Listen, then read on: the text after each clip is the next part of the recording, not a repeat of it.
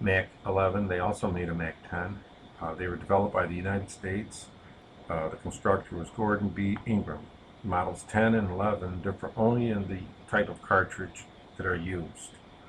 Um, the Mac 11 uses a 9 by 17 millimeter 380.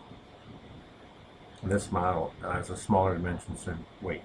It was intended for special force use in various countries of special forces and police.